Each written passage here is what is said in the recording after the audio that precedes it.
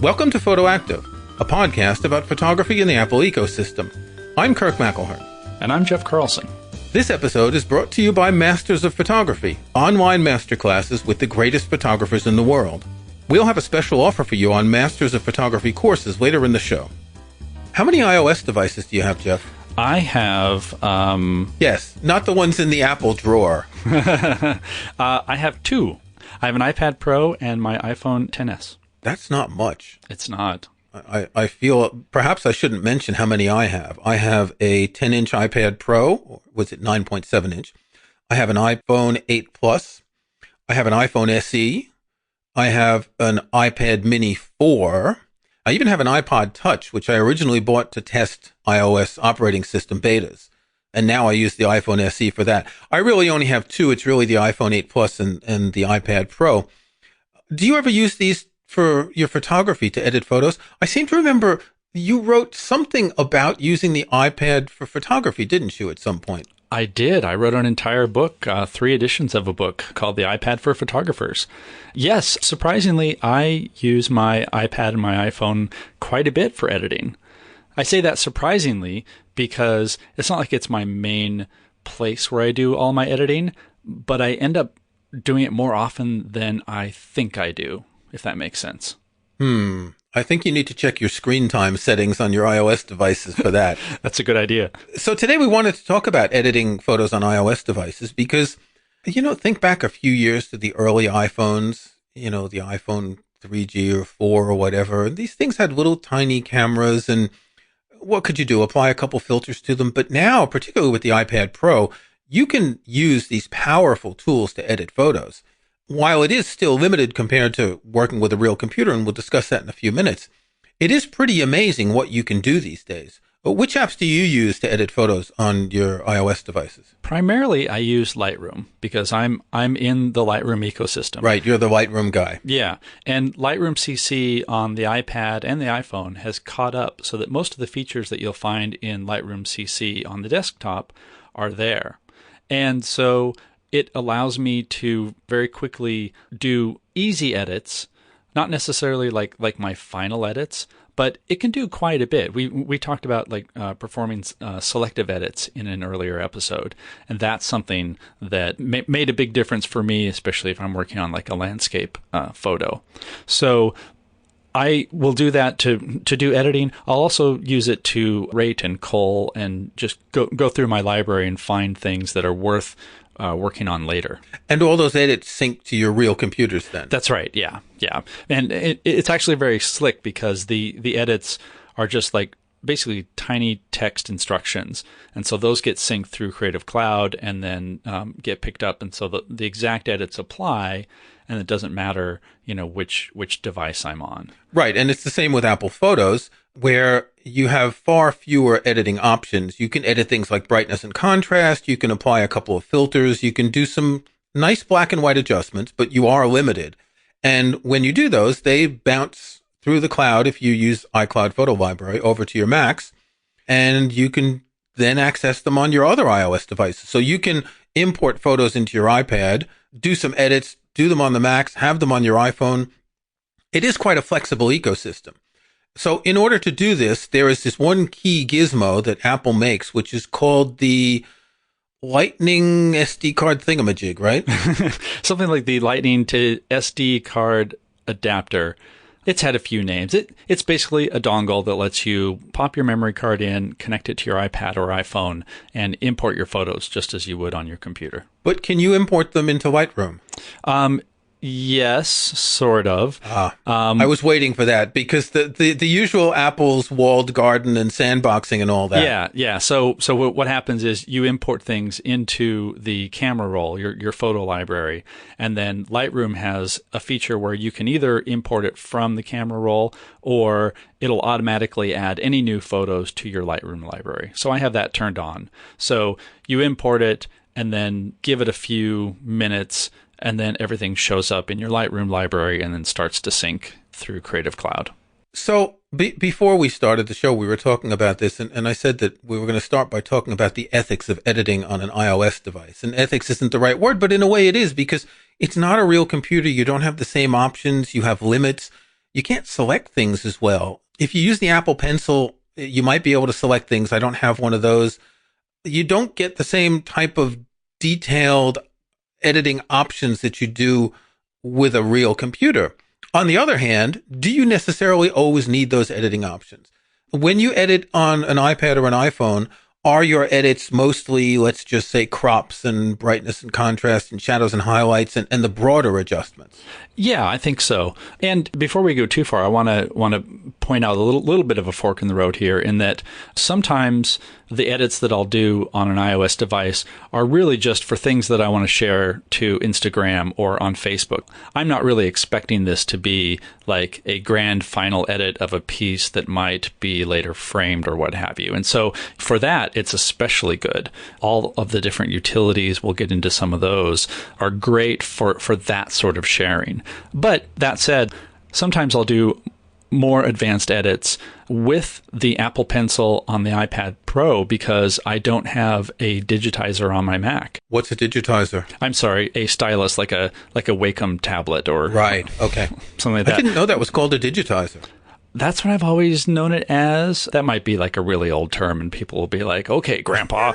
When I want to use that is usually if I'm working on a photo that needs some spot adjustments or maybe some healing, little repairs here and there. It's a lot easier to do with the pencil on the iPad Pro than clicking around with the mouse sometimes.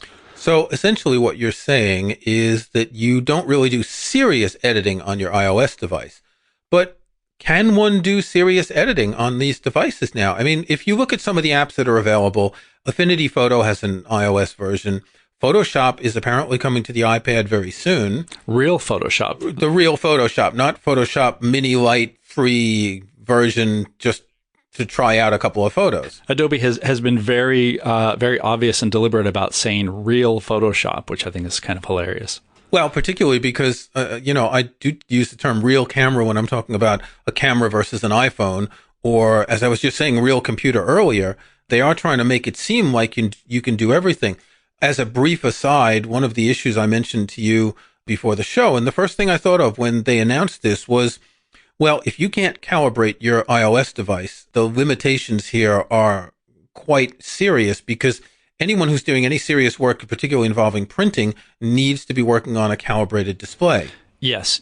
Although I'm going to play devil's advocate a little bit because I think in most of these cases, like the use cases that we're talking about, working on the iPad is the sort of intermediate step. Like you can probably get 90% of the way there working in Photoshop for iPad or Affinity for iPad, Lightroom for iPad. You can do most of what you're doing because, the screen, it may not be color calibrated with all of your other devices, but it's still a very good screen. It's got wide color gamut. It's a really good representation compared to a lot of other devices that are on the market. But my whole point is that what you're saying is basically it's just to do a little bit of stuff, but it's not serious. Yet they're trying to sell it as real Photoshop, suggesting that you can do everything you need. Well, I guess it depends on what that next step is. Are you going to go from Photoshop on the iPad and then directly send that to a printing service? That might make me a little bit wary because, like you said, it's not color managed. Depending on what you're doing, it might be perfectly fine. But people who are really serious about this, professionals, if you're printing something large, you definitely want to put it onto something that's color managed, your computer, and you have all of those extra options. But I don't think that people who are going to be using Photoshop, I don't think they are also the ones who use an iPad as their only device. It does make sense. And I think that's a bit of the disconnect, that they want to put Photoshop on the iPad more to say that they've done it rather than to actually meet the needs of users. Well, yeah, that's a really good point. I mean, I wonder how many people really want this and how many people say they want this but won't actually end up using it. That's the big question. And we can talk about that a little bit more when we talk about Affinity Photo too. Okay, well, let's take a break. And when we come back, we're going to talk about some specific apps that we use on iOS and where they can be really useful and where they have limitations. Masters of Photography is a unique online learning platform that brings together some of the world's most acclaimed photographers, the masters. You can enjoy an unprecedented insight into the way these photographers work during intimate lessons that capture their knowledge, ethos, and philosophy. I've taken the Masters of Photography course with Joel Meyerowitz, one of my favorite photographers, and I was impressed by his passion for photography and his desire to transmit his knowledge to others.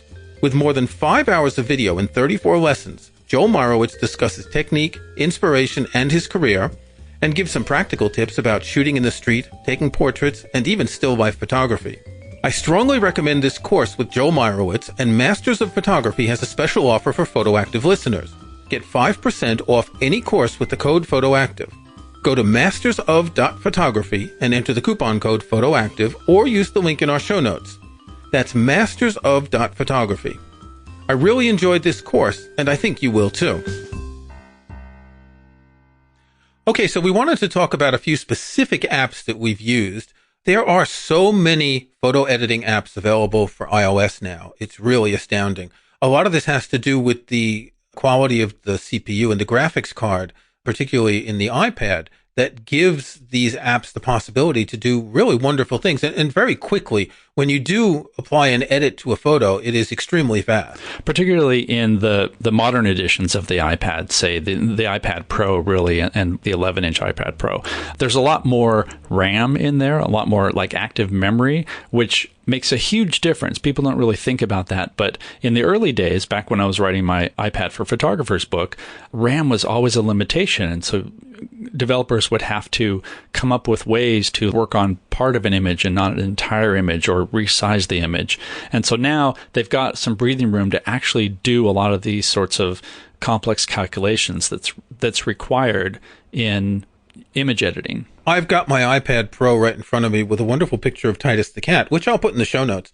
And I'm zooming in and zooming out, and it's perfectly smooth. There's no stuttering or anything like that. And yet I remember with the very earliest iPads, even on lower resolution photos, this is a 24 megapixel photo, on early iPads, it got painful after a while. It really did. So the improvements are huge. And it means that you can apply edits relatively quickly without feeling like it's a big job for the device. And that makes all the difference, because when you're applying edits, you're not thinking about computationally and refresh rates and all that. You're thinking, how is this thing that I've done, this edit that I've applied, like what does that make it look like? And so, that responsiveness is everything, because this is visual. You want to see what's going to happen. Okay, so I want to start by talking about an app that is extraordinarily powerful and entirely free. It's Google Snapseed. Have you used this much? I have. I really like it. I actually tend to use it more on my iPhone than the iPad for some reason. The way Snapseed presents its options, these little icons with words under them like tune image, details, curves, white balance, etc., makes it easy to use on a small device. You don't have to hunt for, the way you have sliders in Lightroom and other apps like that. You don't have to hunt for anything. It's relatively simple. You tap one of them. I'm going to tap Glamour Glow, and it automatically applies a filter to it. We'll talk about filters in a minute. And there are a few different options. And Glamour Glow is it's kind of an Orton effect, if you know what that is. It's a way of like adding blur around things, and it glows. And so you look at your photo and you see it quite quickly. And what's interesting is if you look at the very top of the screen, there's a tiny line, half of which is blue and half of which is white. If you slide a finger back and forth across the image, you raise and lower the amount of effect of the filter. So when you apply the filter, it's glow plus 50. And if you slide to the left, it goes down to 5 or 10 or whatever. There are many more options if you tap the adjust button. Here you can adjust glow, saturation, and warmth. And the interface is brilliant. The way you just tap and slide to change anything. The only buttons you have really are the check button to approve an edit or the X button to cancel your edit. I have to say, the interface is what drew me to Snapseed in the first place. Like, for example, I really love how when you're editing some of the basics, you slide up and down anywhere to switch between, say, brightness and contrast and other options, and then right to left to do the plus and minus the amount of the effect. It was just genius, especially on a phone, because you also have to realize that I think most of the photo editing that we're used to on a computer, we're relying on a big screen. We're relying on, lots of real estate to have menus and palettes and bars. Like, we just don't have that and don't need it on a smaller device. Yeah. Snapseed is full of interesting effects. Now, one of the problems with apps like this, we'll talk about a couple other later, is that you can go overboard quite easily.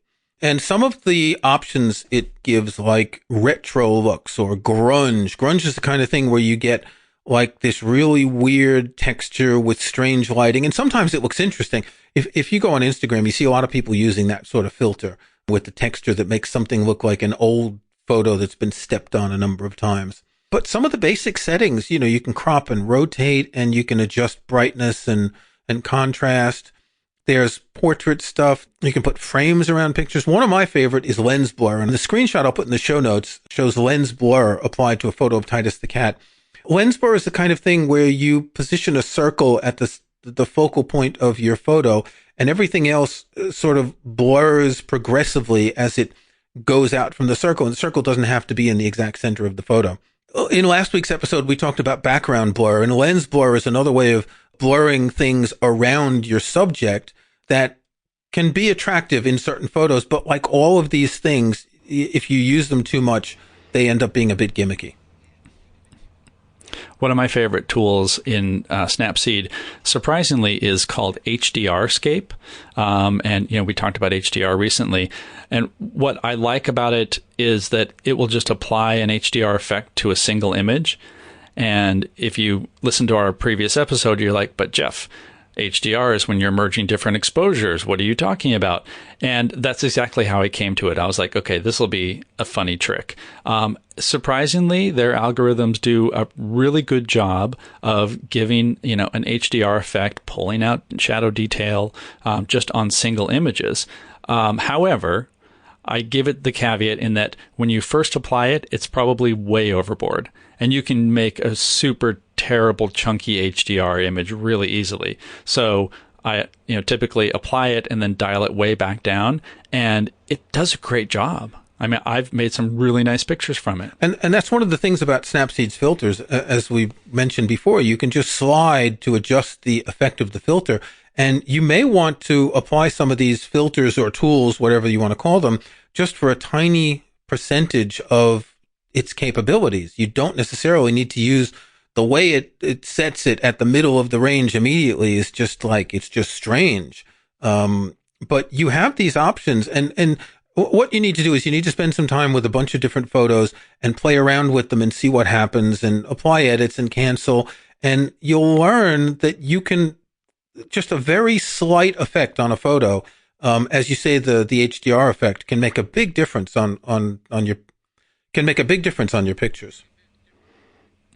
Another thing I want to point out is, as you're making all these edits, Snapseed does a really good job of basically like layering those. So you can go back and change HDRScape after you've done something else before. You're not burning everything in. Snapseed was also one of the first to take advantage of a feature Apple implemented where when you save your image, you actually are saving the edit to the camera roll. So that edit becomes that photo in your photos library. However, it's not permanently burned in. You can revert to the original at any time, which is a smart way to do it because also it means that you aren't just making an extra copy, although that's an option, but that's another way to do it. Yeah. If you want to really be safe, is make an extra copy, maybe make several copies and on each one apply a number of edits and look at them all afterwards and see which ones you like best. Exactly. I have to say that Snapseed fails on one thing. They have a portrait tool, which works similar to Apple's portrait mode, but what it's trying to do is detect faces. And with the photo of Titus the cat, it says no faces could be found in this photo. No human faces. Well, didn't someone just come out and say that they were going to support cat faces?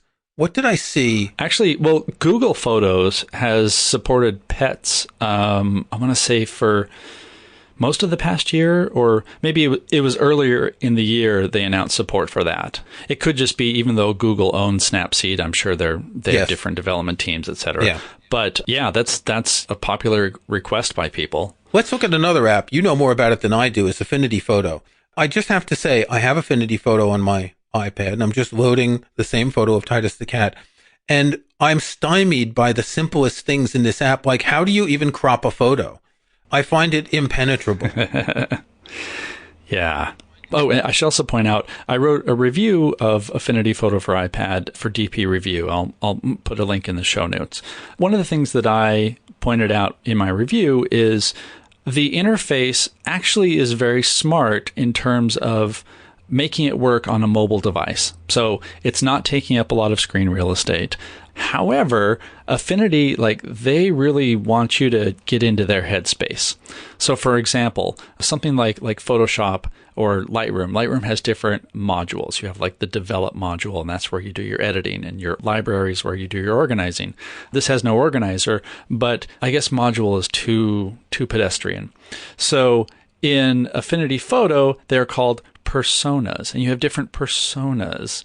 And I say that sort of dripping with a little bit of irony, because it just sounds like a marketing thing, which is annoying. But you have different personas for making sort of basic edits, and then you have a completely different persona for making selections. So rather than having a whole bunch of extra selection tools on the screen, you have to switch to a different mode, and then you have another one for doing HDR type stuff. It really takes a bit of brain bending to get into how it's going to do it. I was messing around with it earlier because I will admit I reviewed it, but I haven't used it a whole lot since then, because Affinity Photo really is sort of like right now, if you want Photoshop on the iPad, you get Affinity Photo. It's very powerful. It will do a lot of stuff. It has really great layer support. It's a very, very good tool. And most of the edits that I do on my photography is not geared toward that level of editing. I don't need to isolate a subject and copy them and put them on a completely different background, or bring in a whole collage of different elements into one image. That is the strength of this, is being able to, really push pixels in all sorts of different directions. I mostly want to make adjustments to photos that I've already taken. So it's a very powerful tool, but boy, you got to work at it. I have the same feeling about Affinity Photo on the desktop. This whole personas thing is a bit too confusing. They tried to create their own vocabulary, and it makes it impenetrable. But even now, I'm on the iPad, the same picture of Titus the cat, and I want to crop it. So I go to the crop tool, and I want to choose custom ratio because it doesn't have any presets. And I hate the fact that Affinity Photo on the Mac doesn't have many presets. It only has a few. And for example, it has 8 inches by 10 inches. They don't remember that they're a British company and people use A4 here for page size, for example. But I have figured out to set the custom ratio at 2 by 2, so it's square, but I'm trying to find the return key to press to apply the crop, and I can't do it. It's one of those things where you figure out what you need. If you really need a lot of these powerful tools and you just don't want to, have to lug around a laptop, this will get you partially there.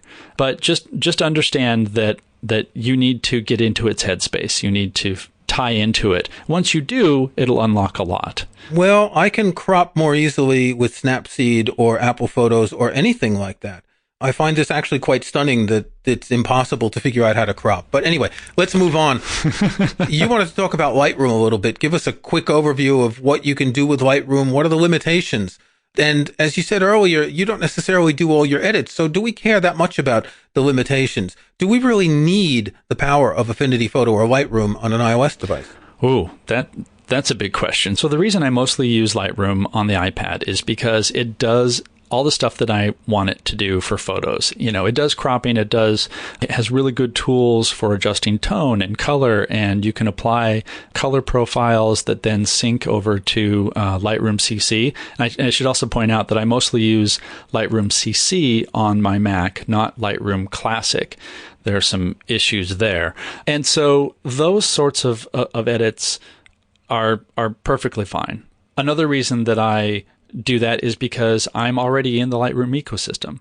And so my library is right there, and I can, the convenience of it is a big deal. The Adobe Industrial Complex. Yes, exactly. You've been suckered into it. You can never get out. It's like that hotel in California where you can check out, but you can never leave. Yeah, I'm invested. I still use other tools that, don't get me wrong there. But, having my library convenient in that way makes a huge difference. And the tools are very, very good. So to your other question, why even do this on the iPad in the first place? Again, it's that convenience. I would much rather do a lot of editing sitting on the couch in the evening rather than, having to come up to my office and use my computer. Even though, I use a laptop, I could bring a laptop down. But with the Apple Pencil, it just makes it a lot easier. And like I said, I can do 95% of what I want on the iPad and then go do final touch-ups, final cleanup on the computer. Okay, fair enough. There's a whole category of photo apps that you can get for iOS and for Android and other things like that. They're apps that apply filters. Instagram already, if you take photos or if you upload photos, you can apply filters. Snapseed has a bunch of filters in some of the settings. But there are apps that are filters only, and one of the best known is VSCO. VSCO is an interesting app, but unfortunately, I don't particularly like the business model. It's essentially, well, you get some basic stuff for free, and then all the rest is extremely expensive. Now, there is a subscription that you can get on iOS. It's $20 or $30 a year where you get access to all the filters. But the problem with this sort of approach to me is that these filters are quite limited. You don't get a lot of editing options. Of course, they all have tools like cropping and straightening and brightness and adjustments like that. But then you get this like scrolling list of dozens or hundreds of filters, and you're trying to figure out. Jeff just stuck out his tongue. That's how I feel. You're trying to figure out which one looks good. You tap one, you look at it. Well, I don't like that. The next one, maybe. And you see the little thumbnails at the bottom of the window. And it just seems to me that unless your type of photography is based on taking pictures and applying a specific filter to them, and this may be the case for some people, I don't really find this particularly interesting. I think that's exactly the point. I think it's, someone finds a look that they like that they want to apply to all their photos. I've tried VSCO. I've really tried to get into it. The interface I find sort of inscrutable. When I'm editing photos, I'm trying to make it either exactly like I saw it at the time when I took the photo, or I want to enhance something about it. I don't necessarily just want to put a brown grungy filter on all of my photos because that's my look, man, And for a lot of people that works great. And I know people who use VSCO and their shots are wonderful. It's just not for me. A lot of the VSCO filters try to emulate old film stocks. And it's true that there is a fad of making photos look like Kodachrome or Velvia or whatever, the different films. The problem is that the number of options in VSCO is just overwhelming. I'll put a screenshot in the show notes of the same picture of Titus the cat. He's going to ask me for some residuals for his presence on this show, showing the basic VSCO interface. And at the bottom, you see a number of filters, and there's little colors under them. There's A4, 5, 6, and there's B1, 2, 3, et cetera, et cetera. But I can scroll here for about a minute and a half to get to the end of the list. There's so many. Again, you do have to pay for certain ones. You either buy a filter pack or you pay for the annual subscription. And I did take the subscription out last year for a year, and I didn't renew it because, as you say, it's not the kind of photos that I like to do. And some of them look good if you're looking for that kind of image. And I don't know, say you're doing a wedding and the people want something that is like 1950s look. So you get that sort of muted color, high contrast, Kodachrome type thing. But it's not really an editing tool. It's more a tool for applying a look to a photo. One last thing I want to toss in for our listeners. We've hit a few apps here. If there are some apps that you particularly like or that you want us to comment on, go to our Facebook group and let us know, because there are so many apps out there.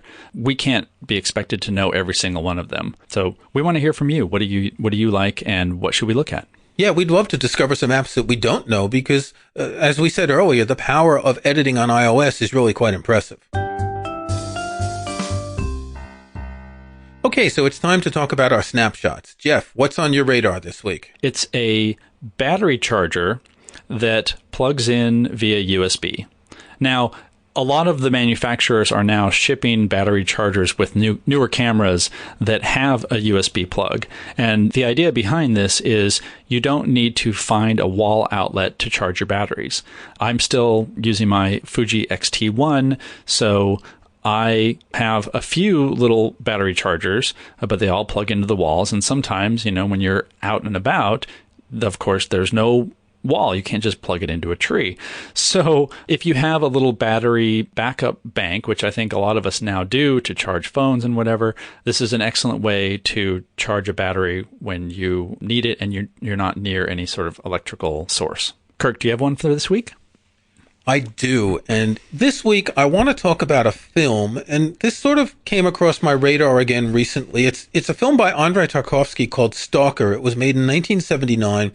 It's based on a short novel by Arkady and Boris Strugatsky called Roadside Picnic. It's the story of some people who live in an area that's called the Zone, where something happened. There might have been a meteorite. There might have been an alien visitation or something like that.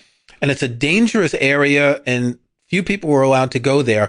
But there were these rumors that when you went there, you got some sort of enlightenment or spiritual thing, or your life changed. And so the stalker is the guide who would take people to this room. This is a brilliant film. It's kind of like a science fiction movie written by Samuel Beckett. It's very slow. Very little happens. The reason I picked this is because in this film, like in all of Tarkovsky's films, the composition of each shot is extraordinary. And looking at films like this can help understand the composition of photos. It's almost as if he makes his composition as still photos. There's not always a lot of movement going on. In fact, in this film, most of the shots are quite still. I'll link to an article I wrote about this on my website. There's a book by Jeff Dyer called Zona, which is a shot-by-shot analysis of the film. And Jeff Dyer's written a lot about photography as well. So if you do check out the movie, you might be interested in checking out the book. It's called Stalker by Andrei Tarkovsky. Thanks for listening to Photoactive. You can find show notes, including any photos we discuss in the show, at photoactive.co. That's photoactive.co. We couldn't afford the M. You can subscribe to Photoactive in your favorite podcast app or in Apple Podcasts. See the links on our website. And think about leaving us a rating or review on iTunes or in your podcast app. Don't forget that you can get 5% off any course at Masters of Photography with the coupon code PHOTOACTIVE. That's PHOTOACTIVE in one word. Until next week, thanks again for listening.